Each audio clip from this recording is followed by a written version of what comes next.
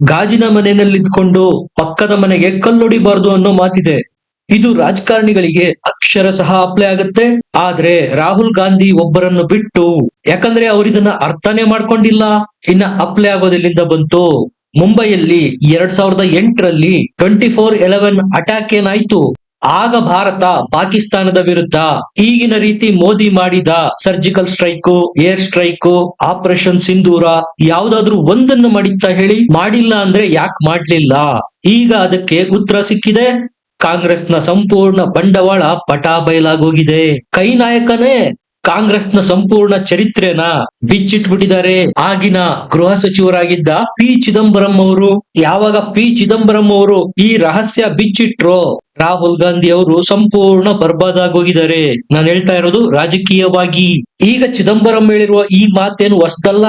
2019ರಲ್ಲಿ air chief marshal ಆಗಿದ್ದ ಧನೋಹಾ ಅವರು ಸಹ ಇದೇ ಮಾತನ್ನ ಹೇಳಿದ್ದು. ಆಪರೇಷನ್ ಸಿಂಧೂರದ ನಂತರ ರಾಹುಲ್ ಗಾಂಧಿ ಅವರು ಹೇಳ್ತಾರೆ ನರೇಂದರ್ ಸರೆಂಡರ್. ಆದ್ರೆ ನಿಜವಾಗಿ ವಾಸ್ತವ ಸ್ಥಿತಿ ಬೇರೆಯದೇ ಆಗಿತ್ತು.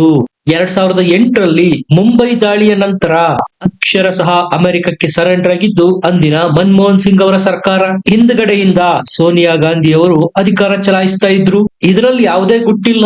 ಮುಂಬೈ ಒಳಗೆ ನುಗ್ಗಿ ಭಯೋತ್ಪಾದಕರು 200 ಜನ ಅಮಾಯಕರ ಮಾರಣ ಹೋಮ ಮಾಡಿದ್ರು. ಅಮೆರಿಕ ಆಗಿನ ಕಾಂಗ್ರೆಸ್ ಸರ್ಕಾರಕ್ಕೆ ಧಮಕಿ ಹಾಕಿತ್ತಂತೆ. ಭಯೋತ್ಪಾದನಾ ದಾಳಿಯಾಗಿರೋದು ನಮ್ಮ ಮೇಲೆ, ಸಾವು ನೋವಾಗಿರೋದು ನಮ್ಮ ಜನರದ್ದು. ಆದ್ರೆ ಭಾರತ ಇದಕ್ಕೆ ಪ್ರತೀಕಾರ ತೆಗೆದುಕೊಳ್ಳುವಂತಿಲ್ಲ. ಇದು ಅಮೆರಿಕ ಭಾರತಕ್ಕೆ ಹಾಕಿದ ಧಮಕಿ. ಯಾವಾಗ? 2008ರಲ್ಲಿ. ಆಗ ಮನಮೋಹನ್ ಸಿಂಗ್ ಅವರ ಸರ್ಕಾರ ಇತ್ತು. ಇದನ್ನ ನಾನ್ ಹೇಳ್ತಾ ಇಲ್ಲ, ಚಿದಂಬರಂ ಅವರೇ ಹೇಳಿರೋದು. ಅಧಿಕೃತವಾಗಿ ಮಾತೇಳಿರೋದು ಅಂದಿನ ಗೃಹ ಸಚಿವರಾಗಿದ್ದ ಪಿ ಚಿದಂಬರಂ ಅವರು. ಈ ಚಿದಂಬರ ರಹಸ್ಯ ಸ್ಫೋಟ ಮಾಡಿದರೆ ಅಮೆರಿಕ ಅಕ್ಷರಶಃ ನಮಗೆ ಧಮಕಿ ಹಾಕಿತ್ತು. ಪಾಕಿಸ್ತಾನದ ವಿರುದ್ಧ ಯಾವುದೇ ಆಕ್ಷನ್ ಮಾಡಂಗಿಲ್ಲ.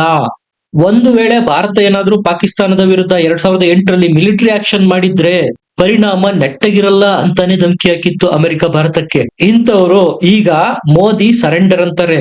ಅದು ಯಾವಾಗ? ಪಾಕಿಸ್ತಾನದ ಒಳಗೆ ಮೂರು ಬಾರಿ ನುಗ್ಗಿ ಬಾರಿಸಿದ ನಂತರ. Air strike, surgical strike, operation Sindoor 3 ಬಾರಿ ಪಾಕ್ ಒಳಗೆ ನುಗ್ಗಿ ಹೊಡೆದಿರೋ ಮೋದಿಗೆ ಹೇಳ್ತಾರೆ ನರೇಂದರ್ ಸರೆಂಡರ್ ಅಂತ. ಪಾಕಿಸ್ತಾನದ ಮೇಲೆ ಆಕ್ಷನ್ ಮಾಡದಂತೆ ನಮ್ಮನ್ನ ಅಮೆರಿಕ ತಡೆದಿತ್ತು ಅನ್ನುವ ಚಿದಂಬರಂ ಅವರ ಈ ಹೇಳಿಕೆಗೆ ಏನ್ ಹೇಳುತ್ತೆ ಕಾಂಗ್ರೆಸ್ ಪಕ್ಷ? ಆಗ್ಲೂ ರಾಹುಲ್ ಗಾಂಧಿ ಅವರಿದ್ರು. ಸರ್ಕಾರ ಸಚಿವ ಸಂಪುಟದಲ್ಲಿ ಕೈಗೊಂಡಿರ್ತಕ್ಕಂತಹ ನಿರ್ಣಯದ ಆರ್ಡಿನೆನ್ಸ್ ಅನ್ನ ಮುಖ ಮುಲಾಜಿಲ್ದೆ ಹರಿದಾಕ್ತಾ ಇದ್ರು ರಾಹುಲ್ ಗಾಂಧಿ ಅವರು. ಇಂಥವ್ರು ಪ್ರಜಾಪ್ರಭುತ್ವನ ಉಳಿಸ್ತಾರಂತೆ, ಬಚಾವ್ ಮಾಡ್ತಾರಂತೆ. ಇಂಥವ್ರು ಸಂವಿಧಾನನ ಬಚಾವ್ ಮಾಡ್ತಾರಂತೆ. ಅಷ್ಟೇ ಅಲ್ಲ, ಇವರಿಗೆ ನಾಚಿಕೆ ಅನ್ನೋದೇ ಇಲ್ಲ. 2008ರಲ್ಲಿ ಮುಂಬೈ ಮೇಲೆ ಭಯೋತ್ಪಾದಕರ ದಾಳಿ ಆದ್ಮೇಲೆ ಮನಮೋಹನ್ ಸಿಂಗ್ ಅವರು ಸೇರಿದಂತೆ ಅವರ ಸಂಪೂರ್ಣ ಕ್ಯಾಬಿನೆಟ್, ಸೋನಿಯಾ ಗಾಂಧಿ ಅವರು ಸೇರಿದಂತೆ ಪಾಕಿಸ್ತಾನದ ಪ್ರಧಾನಿ ಜೊತೆಗೆ ಕೂತು ಇಂಡಿಯಾ ಪಾಕಿಸ್ತಾನ ಕ್ರಿಕೆಟ್ ಮ್ಯಾಚ್ ನೋಡಿದವ್ರು ಇವರು. ಈಗ ಚಿದಂಬರಂ ಆರೋಪ ಮಾಡ್ತಾ ಇದಾರಲ್ಲ, ಅಮೆರಿಕ ನಮ್ಗೆ ಧಮಕಿ ಹಾಕಿತ್ತು, ಪಾಕಿಸ್ತಾನದ ವಿರುದ್ಧ ದಾಳಿ ಮಾಡುವಂತಿಲ್ಲ ಅಂತ. ಈಗ ಚಿದಂಬರಂ ಮೇಲೆ FIR ಹಾಕ್ಲಿ, ಸೋನಿಯಾ ಗಾಂಧಿ ಅವರಾಗ್ಲಿ, ರಾಹುಲ್ ಗಾಂಧಿ ಅವರಾಗ್ಲಿ, ಅವ್ರು ಹೇಳ್ತಾ ಇರೋದು ಸುಳ್ಳು ಅಂತ. ಯಾಕೆ ಮಾಡ್ತಾ ಇಲ್ಲ? ಇದರ ಅರ್ಥ ಕಳ್ಳನ ಮನಸ್ಸು ಉಳ್ಳುಳ್ಳಗೆ. ಅಷ್ಟಕ್ಕೂ ಈ ಕೈನವರು ಮಾತಾಡುವ ಲ್ಯಾಂಗ್ವೇಜ್ ನೋಡಿ, ಪಾಕಿಸ್ತಾನದ ಭಾಷೆನಲ್ಲೇ ಮಾತಾಡೋದು. ಎಷ್ಟು ನಮ್ಮ ಫೈಟರ್ ಜೆಟ್ಗಳು ಬಿತ್ತು, ಪಾಕಿಸ್ತಾನದವರು ನಮ್ಮ ಸೇನೆ ಎಷ್ಟು ಯುದ್ಧ ವಿಮಾನಗಳನ್ನ ಒಡೆದುರುಳಿಸಿದ್ರು ಹೇಳಿ, ಲೆಕ್ಕ ಕೊಡಿ ಅಂತ ಕೇಳುತ್ತೆ ನಮ್ಮ ಪ್ರತಿಪಕ್ಷ. ಇದು ಹೆಂಗಾಯ್ತಪ್ಪ ಅಂದ್ರೆ, ಪಾಕಿಸ್ತಾನ ಭಾರತದ ವಿರುದ್ಧ ಏಷ್ಯಾ ಕಪ್ ನಲ್ಲಿ ಹೀನಾಯವಾಗಿ ಸೋತಿದೆ. ಅರೆ ಇದೆಂಗ್ ಸಾಧ್ಯ? ಭಾರತದ 5 ವಿಕೆಟ್ ಬಿದ್ದಿದೆಯಲ್ಲ, ಹೆಂಗ್ ಬಿತ್ತು 5 ವಿಕೆಟ್ ಹೇಳಿ ಮೋದಿ ಅಂತ ಕೇಳ್ದಂಗಿದೆ ನೋಡಿ. ಇದು ಅಂದ್ರೆ ಇವರ ಕೈಲಿ ಭಾರತ ಜಯಗಳಿಸಿದ್ದನ್ನ ಅರಗಿಸಿಕೊಳ್ಳೋದಕ್ಕೆ ಸಾಧ್ಯ ಆಗ್ತಾ ಇಲ್ಲ. ಚಿದಂಬರಂ ಹೇಳಿದ್ದು ಸತ್ಯ ಆದಂತೆ ತಾನೆ.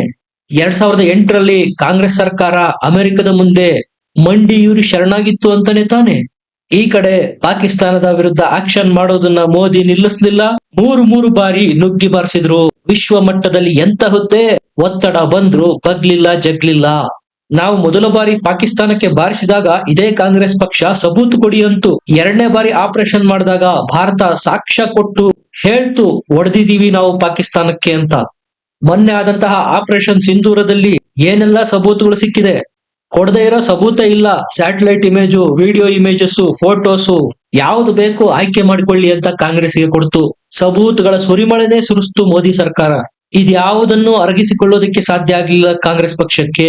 ಅವರು ತಿರುಗಿ ಮತ್ತೆ ಕೇಳಿದ್ದು ನಮ್ಮ ಫೈಟರ್ ಜೆಟ್ಗಳು ಎಷ್ಟು ಬಿತ್ತು ಸಂಖ್ಯೆ ಕೊಡಿ ಅಂತ.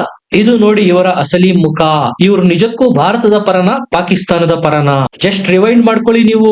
UPA ಸರ್ಕಾರ ಇದ್ದಾಗ ಬನಾರಸ್ಸು, ಪಟ್ನಾ, ದಿಲ್ಲಿ, ಮುಂಬೈ, ಚೆನ್ನೈ, ಬೆಂಗಳೂರು ಬಾಂಬ್ ಸ್ಫೋಟ ಆಗದೇ ಇರುವ ಭಾರತ ದೇಶದ ನಗರಗಳೇ ಇರಲಿಲ್ಲ. ರೈಲ್ವೆ ಸ್ಟೇಷನ್ಗಳು, ಮಂದಿರಗಳು, ಪಬ್ಲಿಕ್ ಪ್ಲೇಸಸ್ ಎಲ್ಲ ಕಡೆ ಆತಂಕವಾದವೋ ಆತಂಕವಾದ. ಈಗಿಂಗಿದೆ ವಾತಾವರಣ 2014ರ ನಂತರ?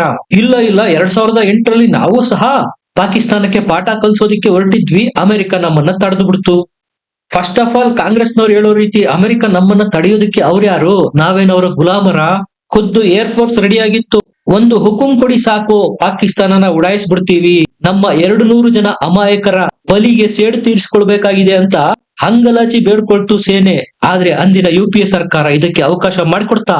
2008ರಲ್ಲಿ ಘಟನೆಯಾದ ನಂತರ ಭಾರತ ಪಾಕಿಸ್ತಾನ ಮ್ಯಾಚ್ ನೋಡ್ತಾರೆ ಕುತ್ಕೊಂಡು ಅಂದ್ರೆ ಯೋಚನೆ ಮಾಡಿ. ಆಗಿನ ವಿದೇಶಾಂಗ ಮಂತ್ರಿ ಕಾಂಡೋಲಿಸಾ ರೈಸ್ ಮನಮೋಹನ್ ಸಿಂಗ್ ಅವರನ್ನ ಭೇಟಿ ಮಾಡೋದಕ್ಕೆ ಬಂದಿರ್ತಾರೆ. ಆಗ ಅವ್ರು ಏನ್ ಹೇಳಿರ್ತಾರೆ ಗೊತ್ತಾ? ಪಾಕಿಸ್ತಾನದ ವಿರುದ್ಧ ಆಕ್ಷನ್ ಮಾಡುವಂತಿಲ್ಲ, ಯಾವುದೇ ಸೇನಾ ಕಾರ್ಯಾಚರಣೆಗೆ ಕೈ ಹಾಕುವಂತಿಲ್ಲ, ಮಾತುಕತೆಯ ಮೂಲಕ ಬಗೆಹರಿಸಿಕೊಳ್ಳಿ. ಇವರು ಸಹ ಜಿ ಹುಜೂರ್, ನಿಮ್ಮಿಂದ ಹುಕುಂ ಬಂದ ಮೇಲೆ ನಾವು ಏನಾದ್ರೂ ಆಕ್ಷನ್ ಮಾಡೋದಕ್ಕೆ ಸಾಧ್ಯನಾ ಅಂತೇಳಿ 200 ಜನ ಅಮಾಯಕರ ಸಾವಾಗಿದ್ರು ಹೇಡಿಯ ರೀತಿ ಅಮೆರಿಕದ ಮುಂದೆ ಸರೆಂಡರ್ ಆಗಿತ್ತು ಅಂದಿನ UPA ಸರ್ಕಾರ. 3 ಬಾರಿ ಪಾಕಿಸ್ತಾನಕ್ಕೆ ಬಾರಿಸಿರುವ ಮೋದಿಗೆ ಹೇಳ್ತಾರೆ ನರೇಂದರ್ ಸರೆಂಡರ್ ಅಂತ.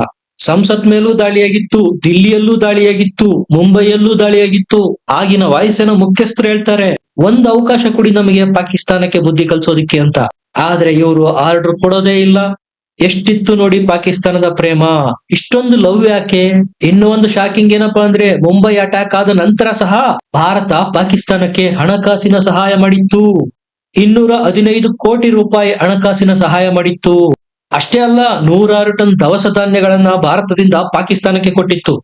ಇದಾಗಿದ್ ಯಾವಾಗ? 2008ರ ಮುಂಬೈ ಅಟ್ಯಾಕ್ ನಂತರ. ಇವ್ರು ಹೇಳ್ತಾರೆ ನರೇಂದರ್ ಸರೆಂಡರ್ ಅಂತ.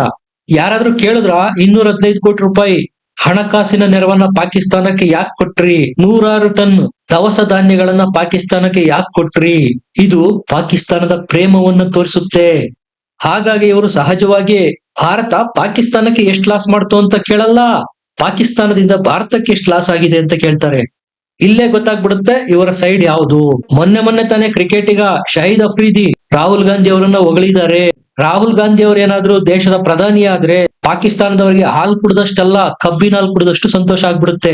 ಕಾಂಗ್ರೆಸ್ ಸರ್ಕಾರ ಅಧಿಕಾರದಲ್ಲಿದ್ದಾಗ ಪಾಕಿಸ್ತಾನದಲ್ಲಿ ಪ್ರವಾಹ ಬಂದಿರುತ್ತೆ, ಅದನ್ನ ನಮ್ಮ ಸಂಸತ್ತಲ್ಲಿ ಚರ್ಚೆ ಮಾಡಲಾಗುತ್ತೆ. ಪಾಕಿಸ್ತಾನ ಸಂಕಷ್ಟದಲ್ಲಿದೆ, ಪ್ರವಾಹ ಬಂದಿದೆ, ಆರ್ಥಿಕ ಸಹಾಯ ಮಾಡಬೇಕು ಅಂತ. ಇದಾಗಿದ್ ಯಾವಾಗ? 2010ರಲ್ಲಿ. ಮುಂಬೈ ದಾಳಿ ಆಗಿದ್ ಯಾವಾಗ? 2008ರಲ್ಲಿ. ಆದ್ರೂ ಪದೇ ಪಾಕಿಸ್ತಾನಕ್ಕೆ ಸಹಾಯ ಮಾಡ್ತಾನೆ ಬಂದ್ರು. ಸರೆಂಡರ್ ಆಗಿದ್ದು ಕಾಂಗ್ರೆಸ್ ಸರ್ಕಾರ ಅಂತೇಳಿ P. ಚಿದಂಬರಂ ಅವರೇ ಒಪ್ಕೊಂಡಾಗಿದೆ. ಹೌದು, ನಾವು ಅಮೆರಿಕದ ಒತ್ತಡಕ್ಕೆ ಮಣಿದು ಪಾಕಿಸ್ತಾನದ ಮೇಲೆ ಅಟ್ಯಾಕ್ ಮಾಡಿರ್ಲಿಲ್ಲ. ಈಗ ಏನ್ ಹೇಳ್ತಾರೆ ರಾಹುಲ್ ಗಾಂಧಿ? ಈಗ್ಲೂ ನರೇಂದರ್ ಸರೆಂಡರ್ ಅಂತಾರ. ಮೋದಿ ಸರ್ಕಾರದ ವಿರುದ್ಧ ಆಟಂ ಬಾಂಬು, ಹೈಡ್ರೋಜನ್ ಬಾಂಬು, ಆ ಬಾಂಬು ಈ ಬಾಂಬು ಸ್ಫೋಟ ಮಾಡ್ತೀನಿ ಅಂತಾರೆ ರಾಹುಲ್ ಗಾಂಧಿ. ಈಗ ಕಾಂಗ್ರೆಸ್ ವಿರುದ್ಧ ನಿಜವಾಗ್ಲೂ ಹೈಡ್ರೋಜನ್ ಬಾಂಬ್ ಸ್ಫೋಟ ಮಾಡಿರೋದು P. ಚಿದಂಬರಂ ಅವರು. ಇದಕ್ಕೇನ್ ಉತ್ತರ ಕೊಡ್ತಾರೆ? ನಿಮ್ಗೇನ್ ಅನ್ಸುತ್ತೆ? ಕಮೆಂಟ್ ಮಾಡಿ, ಲೈಕ್ ಮಾಡಿ, ಚಾನೆಲ್ ನ ಸಬ್ಸ್ಕ್ರೈಬ್ ಮಾಡಿ. ಮತ್ತೆ ಸಿಗೋಣ. ನಮಸ್ಕಾರ.